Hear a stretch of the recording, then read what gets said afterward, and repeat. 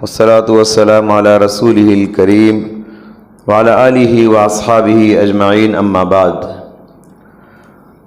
وعن عثمان بن عفان رضي الله تعالى عنه قال قال رسول الله صلى الله عليه وسلم خيركم من تعلم القرآن وعلمه۔ صحیح بخاری کی حدیث آپ کے روبرو پڑھی گئی۔ حضرت عثمان بن عفان رضی اللہ تعالیٰ عنہ سے روایت ہے، رسول اللہ صلی اللہ علیہ وسلم نے فرمایا، تم میں سب سے بہترین انسان وہ ہے جو قرآن پڑھتا ہو اور دوسروں کو قرآن پڑھاتا ہو۔ قرآن سیکھنا اور قرآن کو سکھانا سب سے بہترین انسان ہے وہ۔ دنیا میں آپ بہت سارے ٹیچرز دیکھے رہیں گے، اساتذہ دیکھے رہیں گے، سب سے بہترین استاد، دنیا کا سب سے بہترین ٹیچر وہ ہے جو قرآن کو ٹیچ کرتا ہو، قرآن کو پڑھاتا ہو۔ دنیا میں بہت سارے طلباء اور اسٹوڈنٹس آپ دیکھے رہیں گے، دنیا کا سب سے بیسٹ اسٹوڈنٹ، دنیا کا سب سے بہترین طالب علم وہ ہے جو قرآن پڑھتا ہو۔ قرآن کو پڑھنے والا سب سے بہترین طالب علم کہا گیا ہے۔ کوئی ناظرہ پڑھتا پڑھاتا ہے، کوئی حفظ پڑھتا پڑھاتا ہے، کوئی تجوید پڑھتا پڑھاتا ہے، کوئی ترجمہ پڑھتا پڑھاتا ہے، کوئی تفسیر پڑھتا پڑھاتا ہے، کوئی سورتوں کو یاد کرتا یاد دلاتا ہے۔ یہ سارے لوگ اس فضیلت کے حقدار ہیں، یہ دنیا کے سب سے بہترین انسان ہیں، کیونکہ یہ کوئی دنیا کی عام کتاب نہیں پڑھ رہے ہیں، کتابوں کے سردار، کتابوں کی سرتاج قرآن کریم کو یہ پڑھتے پڑھاتے ہیں۔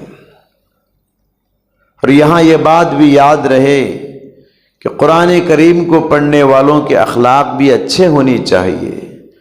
دنیا والے ایسا نہ کہیں دیکھو جی قرآن پڑھتا ہے مگر اخلاق کتنے خراب ہیں، ایسے نہیں ہونے چاہیے۔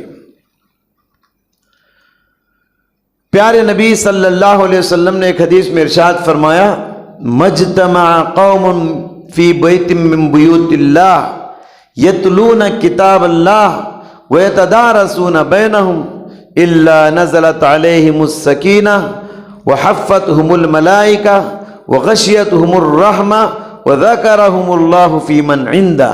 کتنی فضیلتوں کے حقدار بنتے ہیں، دیکھیے۔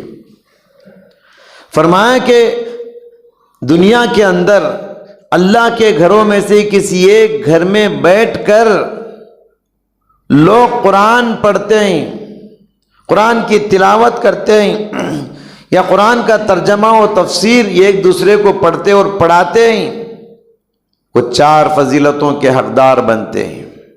نمبر ایک، نزلت علیہم السکینہ، آسمان سے دل کا سکون و اطمینان ان کو نصیب ہو جاتا ہے۔ نمبر دو، وغشیتہم الرحمہ، اللہ کی رحمت ان کو ڈھانپ لیتی ہے۔ نمبر تین، وحفتہم الملائکہ، اللہ کے فرشتے آتے ہیں اور ان کو اطراف سے اپنے پروں میں گھیر لیتے ہیں۔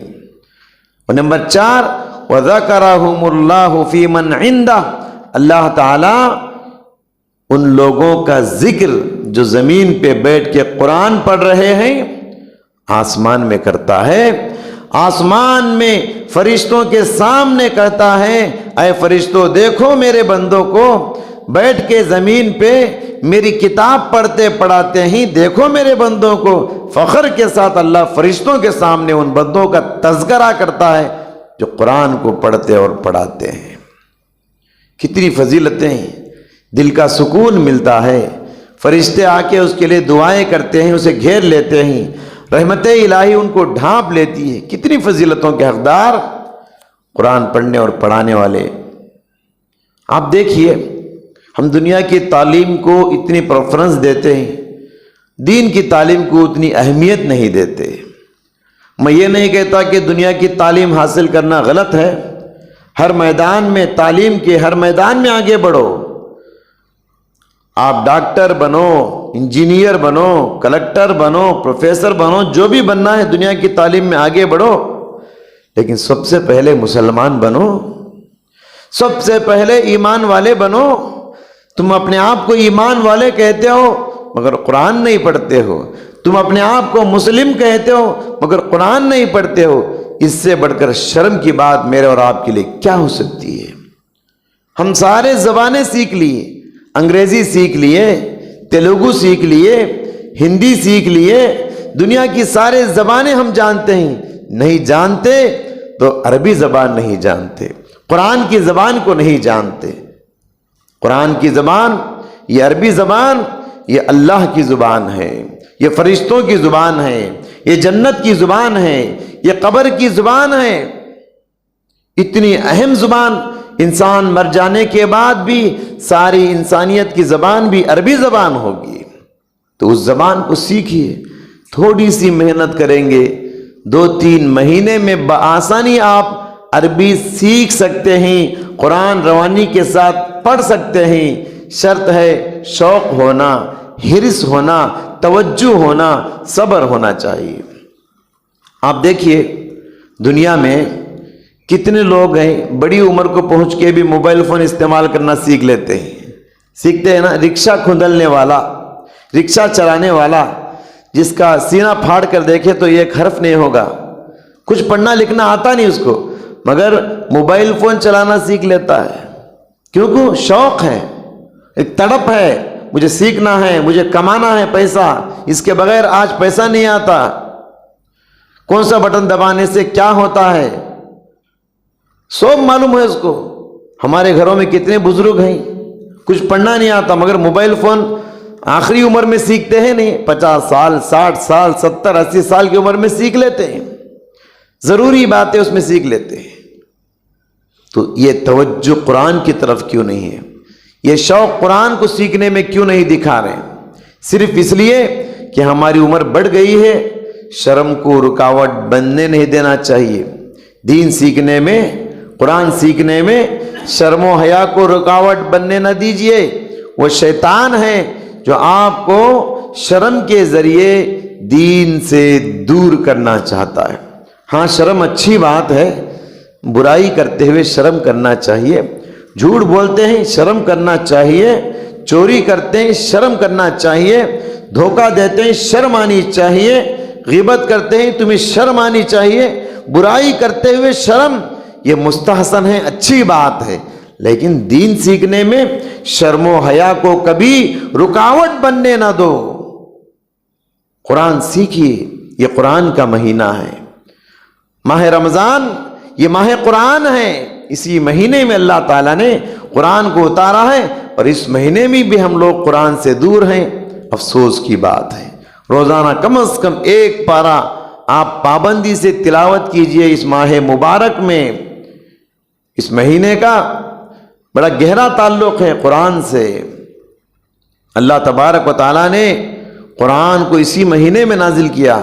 شہر رمضان الذی انزل فیہ القرآن.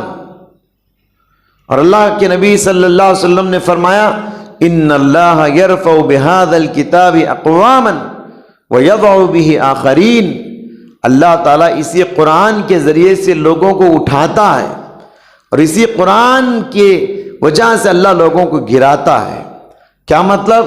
جو قرآن کو سینے سے لگاتے ہیں، پابندی سے تلاوت کرتے ہیں، عمل کرتے ہیں، اللہ ان کو اونچا کرتا ہے.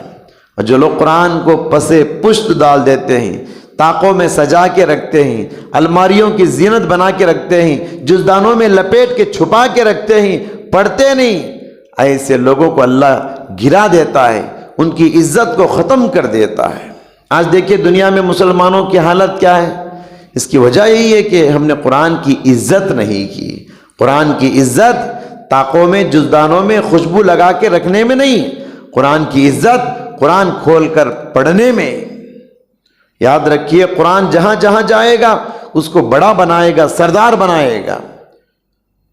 اس قرآن کو لانے والے فرشتے جبرائیل فرشتوں کو سردار بن گئے، اور جس پیغمبر پہ یہ قرآن اترا محمد صلی اللہ علیہ وسلم پیغمبروں کے سردار بن گئے۔ یہ قرآن جس مہینے میں نازل ہوا رمضان، وہ مہینوں کا سردار بن گیا۔ یہ قرآن جس رات نازل ہوا شب قدر، وہ راتوں کی سردار بن گئی۔ یہ قرآن جس مکہ سٹی میں نازل ہوا، وہ شہر سارے شہروں کا سردار بن گیا۔ اور یہ قرآن جس مسجد حرام کے پاس نازل ہوا، وہ مسجد حرام کعبۃ اللہ سارے گھروں کا سردار بن گیا۔ یہ قرآن جس امت پر نازل ہوئی، امت محمدیہ، سارے امتوں کی سردار بن گئی۔ یہ جہاں جہاں قرآن جاتا ہے وہ سب سردار بن جاتے ہیں۔ آپ بھی اس قرآن کو اپنے سینے سے لگائیے، آپ کو بھی اللہ اونچا رتبہ، اونچا درجہ، اونچا مقام عطا فرمائے گا۔ حضرات گرامی، سلف صالحین قرآن کریم کو کتنا گہرائی کے ساتھ ان کا تعلق قرآن سے تھا، قرآن کس شوق سے وہ پڑھا کرتے تھے، کتنا تلاوت کرتے تھے۔ اس حدیث کے راوی خیرکم من تعلم القرآن وعلمہ، حضرت عثمان بن عفان جو کہ داماد رسول ہیں، انہوں نے قرآن کی بڑی خدمت کی، لیکن ان کے سانسوں کا سفر ختم ہوا تو قرآن کے سائے میں۔ یہ کتنی اچھی موت ہے۔ حضرت عثمان کے سانسوں کا سفر ختم ہوا تو قرآن کے سائے میں۔ داماد رسول حضرت عثمان بن عفان کو خوارج نے گھر میں گھس کر ان کو شہید کیا۔ جب ان کو شہید کیا، ان کا انتقال ہوا، اس وقت گھر میں حضرت عثمان قرآن کی تلاوت کر رہے تھے، اور سورہ بقرہ کی اس آیت پر ان کے خون کی چھینٹیں بھی پڑی۔ اور آج بھی یہ قرآن ایجپٹ کی میوزیم میں موجود ہے۔ فَسَيَكْفِيكَهُمُ اللَّهُ فَسَيَكْفِيكَهُمُ اللَّهُ، ان دشمنوں کے مقابلے میں اکیلا اللہ آپ کے لیے کافی ہے۔ اللہ سے دعا ہے اللہ سبحانہ و تعالی ہمیں بھی قرآن کے سائے میں موت نصیب فرمائے۔ اے اللہ، قرآن کی تلاوت کرنے، قرآن کو یاد کرنے، قرآن پر عمل کرنے، قرآنی تعلیمات کو دوسروں تک پہنچانے کی توفیق عطا فرما۔